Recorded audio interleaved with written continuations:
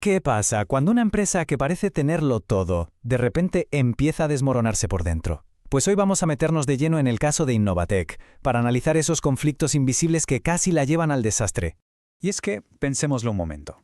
Toda oficina, todo equipo, tiene su propia historia.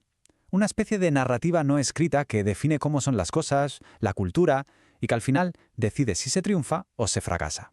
Pero, claro, ¿qué ocurre cuando esa historia se tuerce y se vuelve tóxica? Pues eso es precisamente lo que le pasó a la empresa que vamos a ver hoy. Les presento a Innovatec. Por fuera vamos un caso de éxito de crecimiento meteórico. Pero por dentro, una lección bastante dura sobre cómo los roces y los conflictos pueden romper hasta el mejor de los equipos. A ver, los números de la empresa cuadraban, eso sí, pero por dentro la maquinaria se estaba gripando. El rendimiento caía en picado, las discusiones eran el pan de cada día, el ambiente era, bueno, para salir corriendo. Y claro, el talento empezó a irse. La pregunta era obvia. ¿Qué demonios estaba pasando? Para entender el origen del problema, hay que mirar a las personas, en este caso a 4 personalidades clave que sin saberlo iban directas a chocar. Estaban en pleno rumbo de colisión. Vamos a empezar por Carlos, el jefe de proyectos. El motor del equipo, ¿no? La persona que tenía que asegurarse de que todo saliera adelante, sin importar el coste. Su perfil lo dice todo, la verdad. Personalidad tipo A. O sea, competitivo, súper exigente y con una empatía más bien escasa. En la práctica esto se traducía en objetivos casi imposibles y críticas muy duras y constantes. Para él, lo único que importaba era el resultado, no las personas que había detrás. Y en el otro extremo, pero en el otro extremo de verdad, nos encontramos a Lucía, la analista senior. Su forma de ver el trabajo era el día y la noche comparada con la de Carlos. Lucía tenía lo que se conoce como un perfil analítico melancólico. ¿Esto qué significa? Pues que era tremendamente responsable, pero, al mismo tiempo, muy propensa al estrés.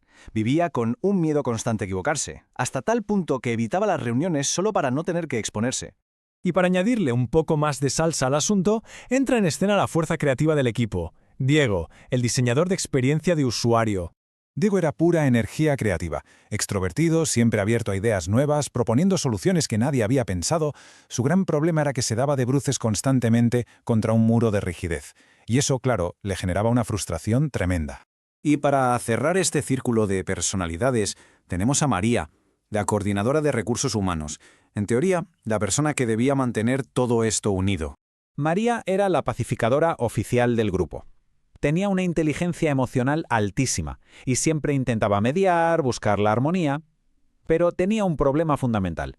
No tenía autoridad real para imponer cambios. Era una mediadora sin poder.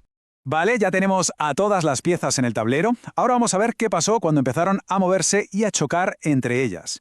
Porque el problema de Innovatec no era técnico, ni mucho menos. Era un choque frontal de valores. El primer gran choque era inevitable. Por un lado, Carlos y su necesidad de control, de jerarquía, de que las cosas se hagan como él dice. Y por el otro, Diego, que necesitaba libertad para poder crear. Era el orden contra el caos creativo. Dos fuerzas que estaban destinadas a chocar. Y la consecuencia no se hizo esperar. La frustración de Diego llegó a su límite y dijo: hasta aquí hemos llegado. Planteó su renuncia. Es que es normal, cuando ahogas la creatividad, esta busca una salida.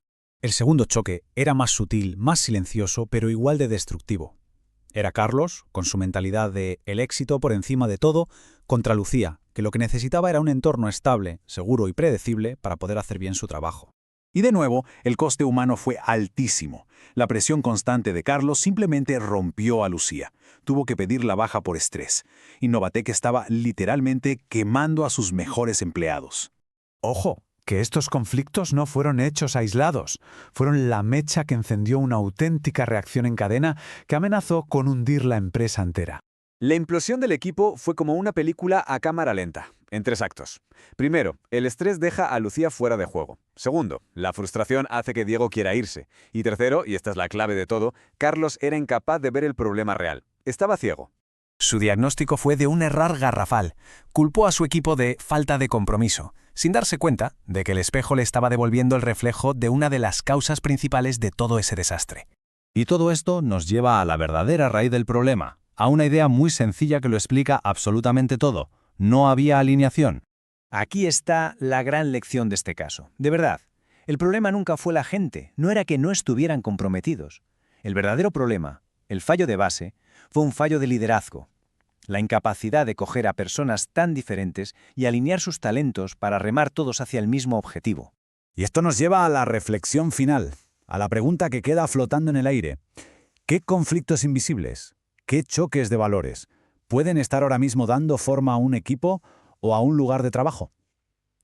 La historia de Innovatec nos enseña que ignorarlos puede salir muy, muy caro.